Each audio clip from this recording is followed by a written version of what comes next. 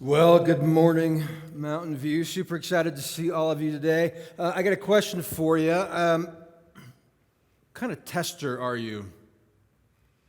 Like maybe it's been a while since you guys have been in school or had a test or an exam. Some of you are in school right now, whether it be high school, junior high, or college. But remember back, if it's been a while. How many of you are the procrastinator that crams before a test? That was me. Like, yeah, appreciate your honesty. It's like night before, gotta get ready for this. And because the whole point for a procrastinator who crams for it is like, let's just get past the test, let's get through it, let's get a decent enough grade. But the whole point is just to move on after it. How many of you are like the learners and preparers, and throughout the entire time you're just getting ready for the exam I appreciate you guys. And how many of you sit next to that person and you're the ones like, oh, that looks right, I trust them? We won't have you guys raise your hands, but we know who you are. We know. We are ending our series today, this series called Stepping Out. As we've talked about stepping out in faith, as we look at these monumental moments in the life of Abraham, and we're now going to be seeing these four scenes, these four events, as God has called him to this incredible task of trusting and believing and placing the full weight of his life and trust into this God that revealed himself. Today is probably one of the hardest passages in all of the Bible. It is the greatest test that God is going to call Abraham to. It's honestly not a message or a passage that I really looked forward to teaching. In fact, I asked Phil, I was kind of upset if Phil would teach, and he said no, he's only available. So he taught while I was at the men's retreat last week, and so super excited for that, but I was a little bit upset that he wouldn't teach this one. So if you have your Bibles, would you open them up to Genesis 22? Genesis 22. While you are turning there, let me say good morning to all of you again, and to all of you who are joining us online. We're super excited that you're here. If you're newer with us, if you are a guest today, we are especially excited you're here. Man, the best way to get to know us and for you to start into this journey of being a part of community here is to fill out that Connect card. Would you please be willing to do that, share who you are, so that we can reach out to you and welcome you to our church. We've got a lot to go through today. We've got a lot to dive in. So let's start. And so let's look at Genesis 22, verse 1. So sometime later, God tested Abraham. And he said to him, Abraham. Or I like to use my God voice whenever I'm quoting God, like, Abraham. Here I am. I love that response. Here I am, God. I'm ready. I'm ready to listen. I'm ready to hear. That word, that phrase, sometime later there in the text is referring to all the things that happened in chapter 21.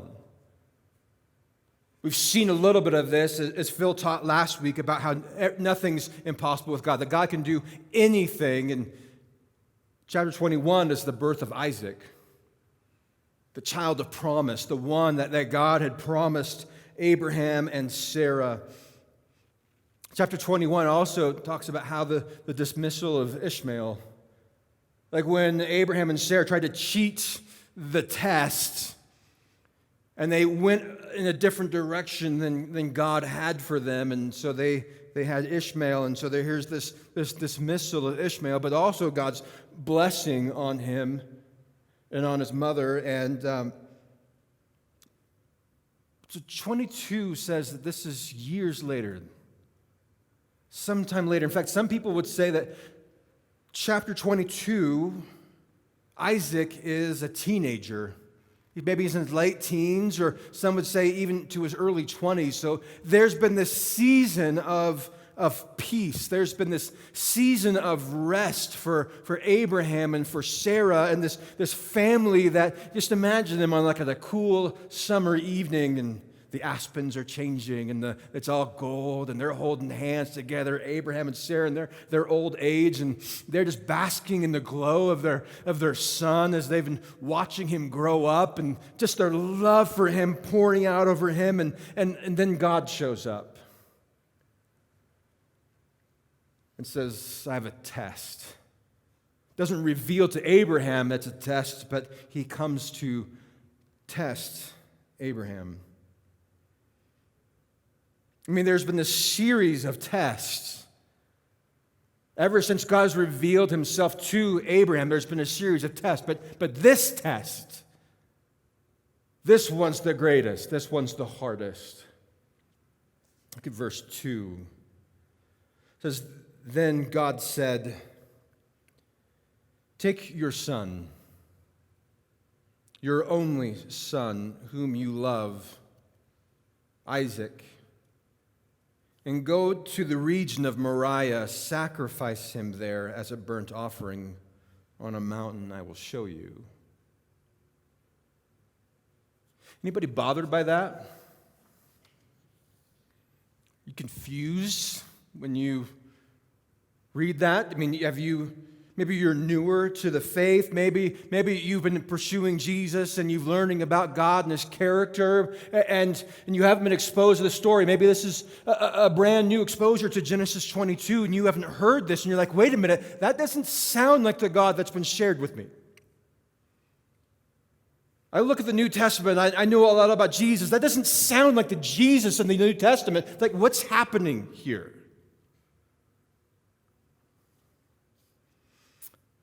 Imagine being Abraham.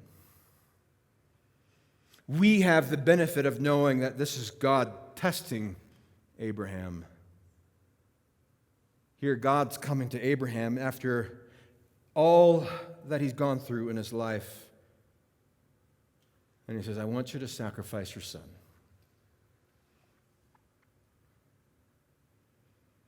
God is not really looking for Abraham to sacrifice Isaac. This is a test.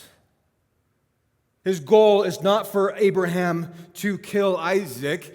His goal is to test Abraham to say, okay, after all that we've been through, after everything that I've given you, after all the blessings, do you trust in the God of the blessing, or have you allowed the blessing to become an idol in your life? Am I still first? Or is your love for your son first? And if I take it all away, all that I've given you, all that I've blessed you, if I take it all away, will you still trust me? Will you still believe in me? Here's Abraham's response. Look at verse 3. It says, Early the next morning, Abraham got up and loaded his donkey. He took with him 2 of his servants and his son Isaac. And when Abraham cut enough of the wood for the burnt offering, he set out for the place that God had told him about. On the 3rd day, Abraham looked up and saw the place in the distance. And he said to his servants, Stay here with the donkey, while I and the boy go over there. We will worship, and then we'll come back to you. First thing I want us to see in this text is that obedience is faith and truth lived out. Obedience to God is faith.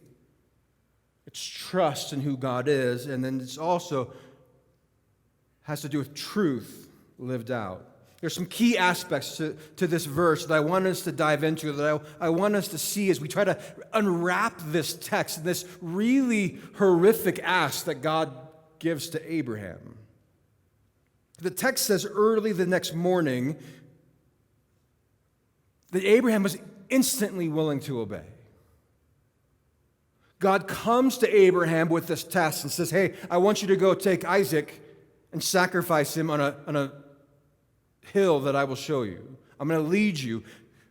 Should remind us back to Genesis 12. I want to take you out of the city and leave everything that you know, everything that you've been a part of, and I want you to trust me, and I'm going to show you the land that I'm going to give you. When will I know I get there? I'll show you. I'll let you know. Here, he's like, I want you to take your son, your only son, and I'm going to lead you to the land, and I'll let you know when you get there. And it says, Abraham woke up early the next morning and got ready to go. There's something that's not in this text that's, I think, glaringly loud. It doesn't talk about how Abraham feels. And I think part of it we can assume, I mean, you place yourself in Abraham's feet, in his shoes, in his place. How would you respond? What would be going through your heart? What would be going through your mind? Would you get any sleep that night? I don't think Abraham probably slept a wink. The turmoil, the questions, the struggle, the fear, all the things that you're wrestling with, even approaching this text, Abraham is wrestling with this as he cuts the wood, gathers the servants, and brings his son. He's like, let's go. But we see here that obedience is never based on our emotions. That I think Moses doesn't put his emotions in here because his obedience is not based on, is not founded in how he feels or that God has asked him to, that God has revealed to him, that God has said, I want you to go do this. It's like, well, I don't really feel like that. Our obedience is never based on how we feel about what God has called us to. It is based on faith, trust in Him, and on the truth of who He is. But I also believe that Abraham knows something's up. That in the wrestling, in the struggle of the ask, he knows that there's something greater that God's doing. Did you see it? Verse 5, did you see in the text? He said to his servants, stay here with the donkey while I go, and the boy and I will go over there.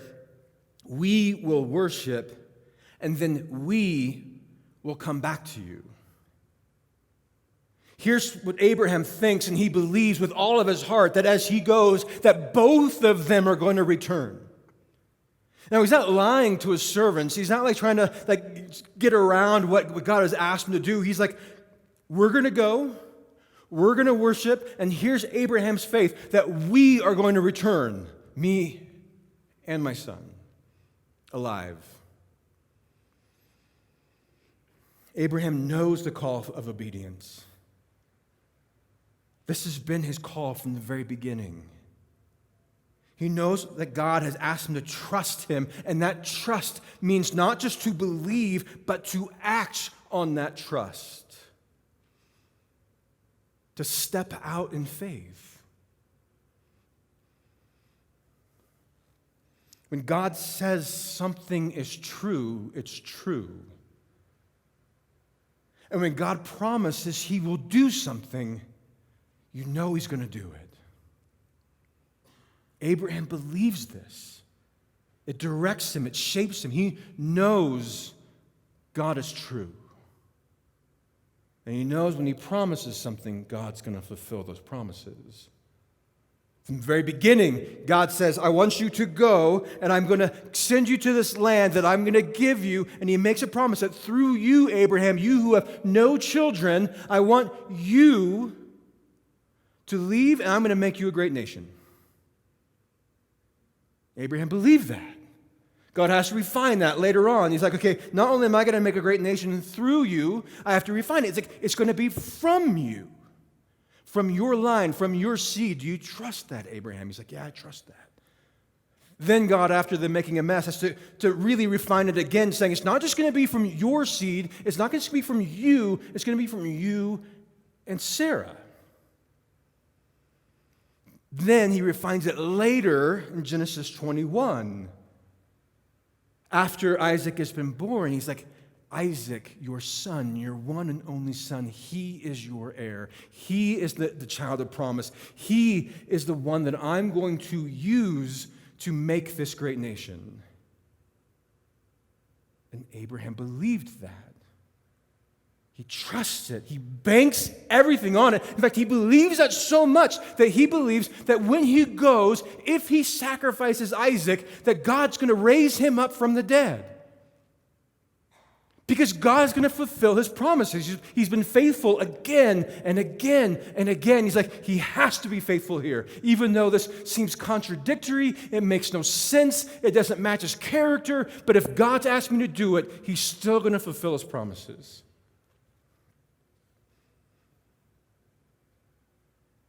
So even though it doesn't make sense, Abraham says, I will trust him above all things. Hebrews 11:17, the author shares this. By faith, Abraham, when God tested him, offered Isaac as a sacrifice. He who had embraced the promises was about to sacrifice his one and only son, even though God had said to him, it's through Isaac that your offspring would be reckoned. He's quoting Genesis 21. And Abraham reasoned that God would even raise Isaac from the dead. Abraham reasoned this because he believed in the God of the promises. He believed that he was faithful and true. Look at verse 6. It says, Abraham took the wood for the burnt offering and placed it on his son. Think of like, they have this wrap of what do you call it? A rope around like all this wood. And so he says, here you go, son, carry all the wood that I'm going to lay you on. And he himself carried the fire and the knife. As the two of them went on together, Isaac spoke up and said to his father, Father. Yes, my son, Abraham replied. The fire and the wood are here, but where is the lamb for the burnt offering? Look at Abraham's response in verse 8. It says, Abraham answered, God himself will provide the lamb for the burnt offering, my son. And the two of them went on together. The next thing we see in this passage is that whatever God calls, God provides. Whatever God asks of you, whatever he calls you to, whatever he asks you to obey, whatever he commands of us, he always provides the means to live that out. He never leaves us alone. He never abandons us. He never asks us to do something and then go, okay, let's see how you figure it out. God will always empower his people to live out what he's commanded. Peter, in his second letter, writes this, and church, we need to know this, we need to believe this, that Peter writes, his divine power, in 2 Peter 1:3, his divine power, God's divine power has given us everything we need. I want to repeat that. God's divine power has given us everything we need for a godly life through our knowledge of him who called us by his own glory and goodness. What God calls, he provides. What he asks of us, he empowers us to live that out. He does not leave you on your own.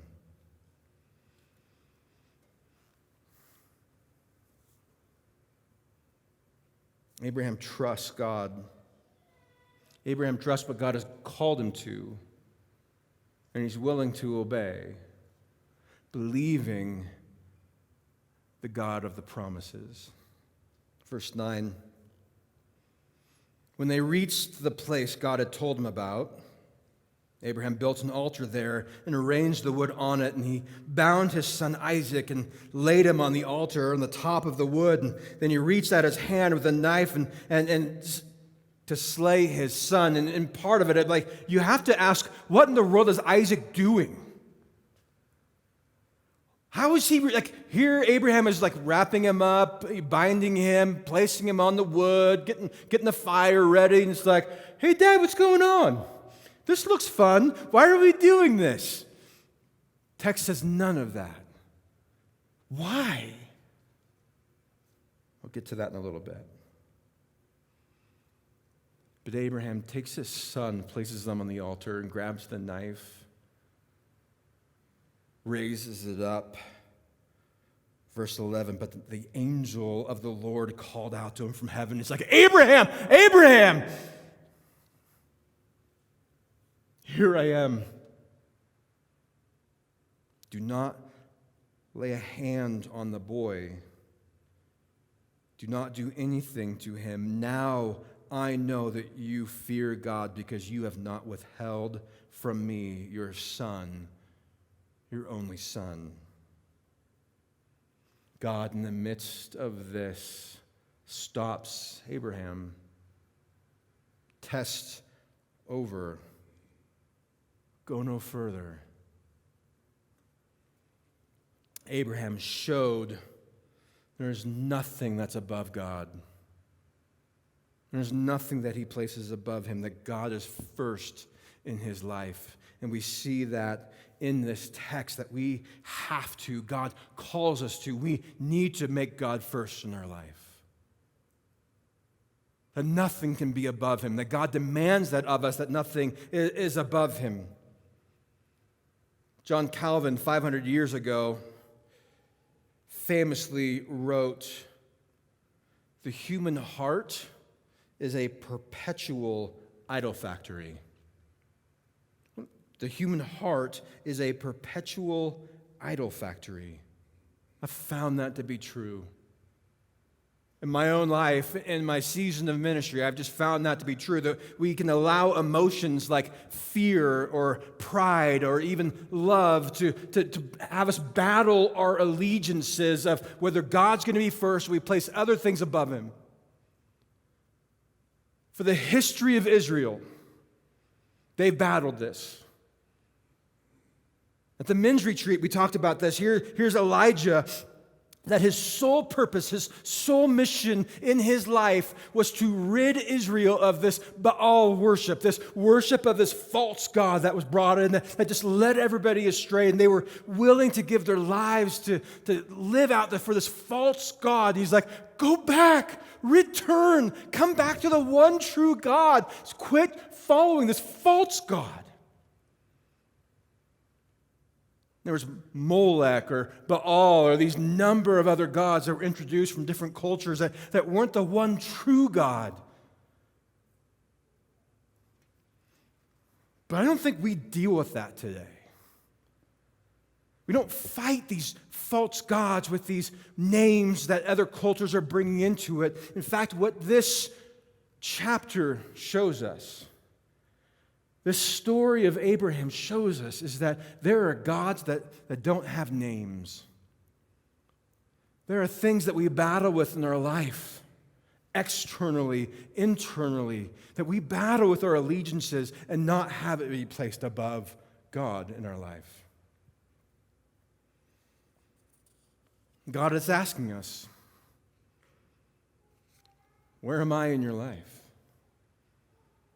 Have you placed anything above me? How do you know?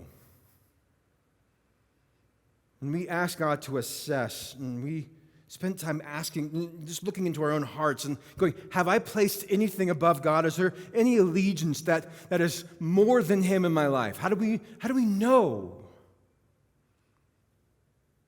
I think there are three questions that we can ask ourselves. First question is, does it, whatever it is, does it drive your obedience rather than God? Does it shape what you obey rather than God? Does it cause you, whatever that it is, does it cause you to rationalize your disobedience to God? Does it draw you away from obedience to God and to rationalize that, to say, no, but it is more important? When God asks us to place it on the altar and sacrifice it, how do you respond? Do you wake up early that morning? say, let's get ready to do some work. Let's get ready to place it on the altar, because it can't be above God.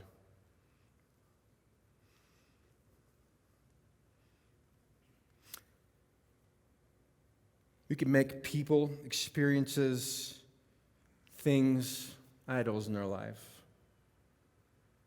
Whether it be relationships, a boyfriend, a girlfriend, a spouse, we can make children, parents, we can make any kind of relationship with events or people in our life, we can place those above God. I've shared my story with many of you. Now, my story is like I came to faith when I was really young, and then I watched my sisters get into a whole bunch of trouble and get all the attention. And so I'm like, God, you've stopped working for me. This Christianity thing doesn't work out, because if I'm the one that's being good, and if Christianity worked, then good would be coming to me. Rather than seeing all the people who are doing bad, like good coming to them, they're getting the attention. And I allowed attention to become an idol in my life. So I said to God, I'm like, if you're not going to work for me, then I'm not going to work for you. And I sought everything underneath the sun that would satisfy me other than Him. About 10 years later, God pulls me out of that junk. He says, you're mine, I'm not letting you go.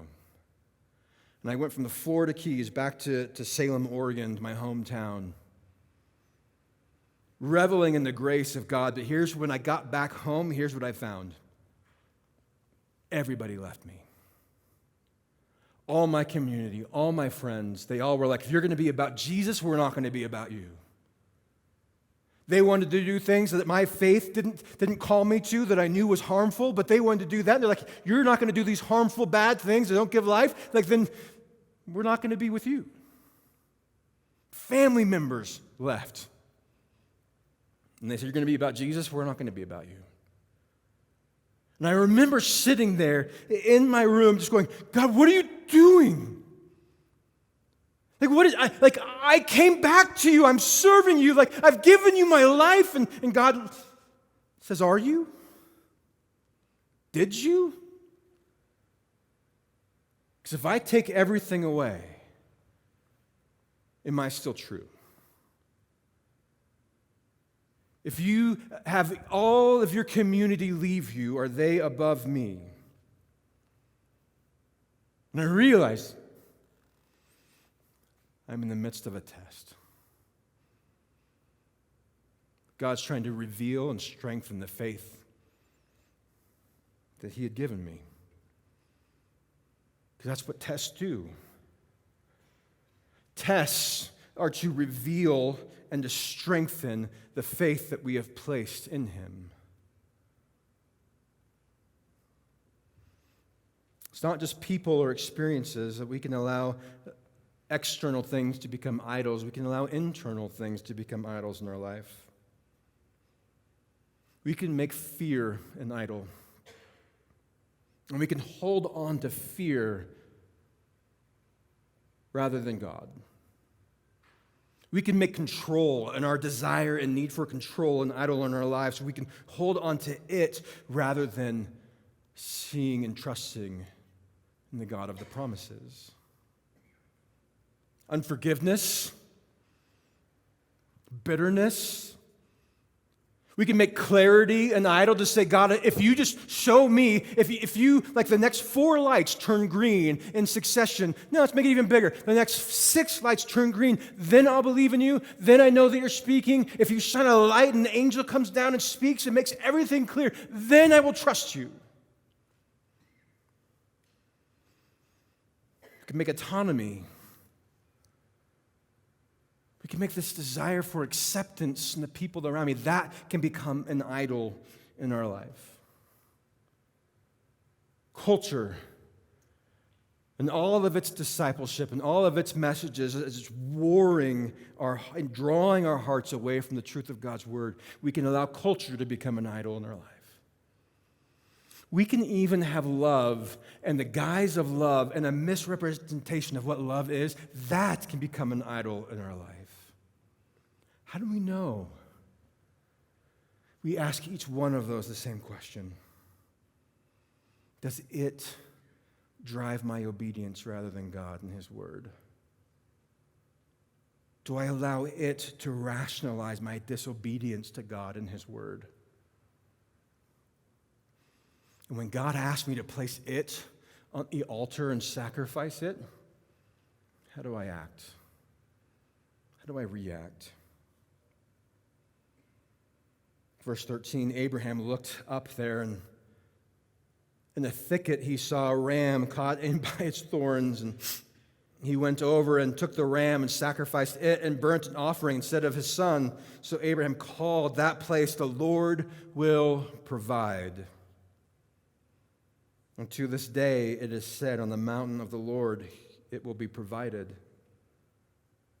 The angel of the Lord called to Abraham from heaven a second time and said, "I swear by myself," because there's nothing higher for God to swear by. "I swear by myself, declares the Lord, that because you have done this and have not withheld your son, your only son, I will surely bless you and make your descendants as numerous as the stars in the sky and the sands of the seashore." He's reiterating the promise. Your descendants will take possession of the cities of your enemies, and through your offspring, all nations on earth will be blessed because you have obeyed me. What was once a conditional promise, he is making it unilateral. He's like, this is only based on me because you have obeyed me. He's like, now I will fulfill all that I've promised you. As we enter into a time of communion, these stories of Abraham are not just stories about faith and trust. Yes, as God is calling us and He's preparing us with each new trial in our life, that He's saying, like, will you trust me?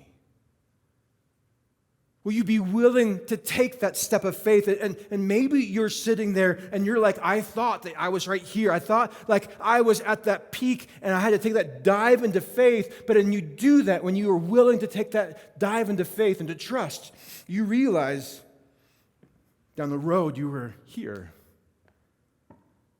And your trust here was preparing you for that next test, that next exam, which is preparing you for the next test, which is preparing you for the next. And He's like, will you trust me wherever I have you? At whatever place, when I take you through the test, will you trust that I'm good and I am faithful? And your trust is willing to allow you to obey.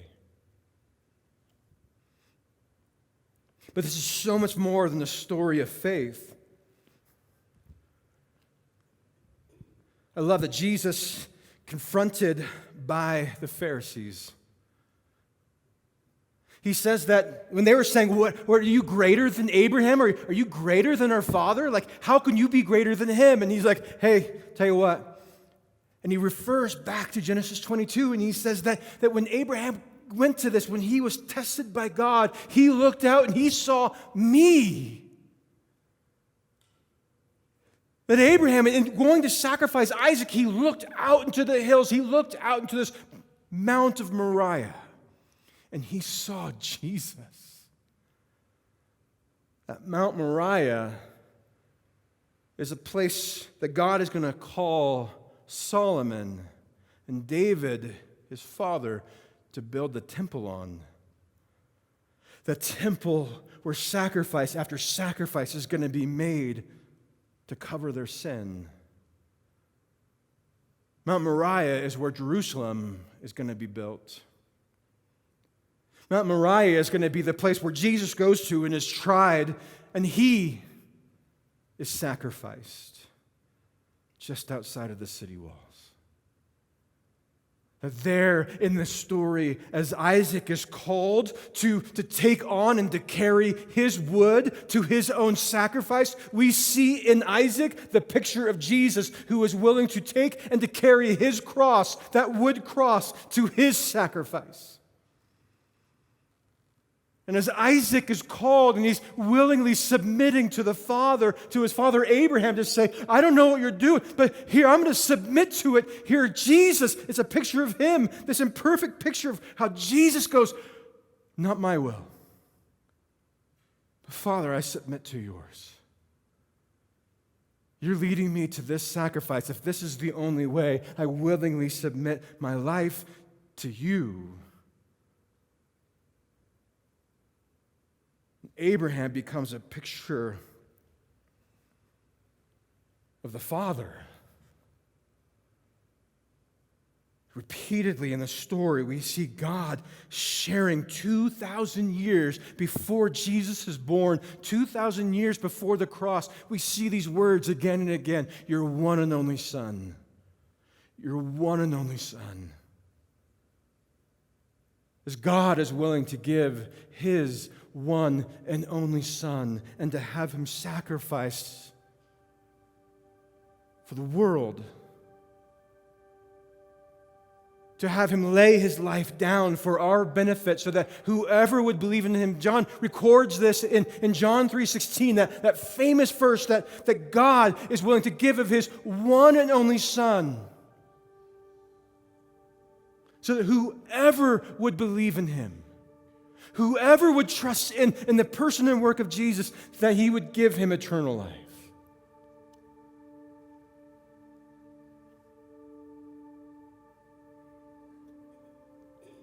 God, the Father, gave of His one and only Son for us. That is the picture, that is communion, that is Jesus asks us to remind ourselves whenever we take it, whenever we take of the bread, whenever we drink of the cup, that we remember the sacrifice of Jesus, His broken body, His shed blood that He willingly did for you, for us. And He says, remember. Genesis 22 becomes the picture of that Abraham saw, and he got excited. He's like, it's coming. The real sacrifice is coming, and now we get to look back 2,000 years, and we also look forward to He's going to return. And we trust, and we believe. And because He was willing to do that, we are willing to look into our lives and say, God, is there anything that I have placed above you? There's nothing greater than you. So order my loves in my life and make sure that you are first. There's nothing above you. As He asks, what have you placed above me? Will you be willing to lay it down and sacrifice it? Can I be first?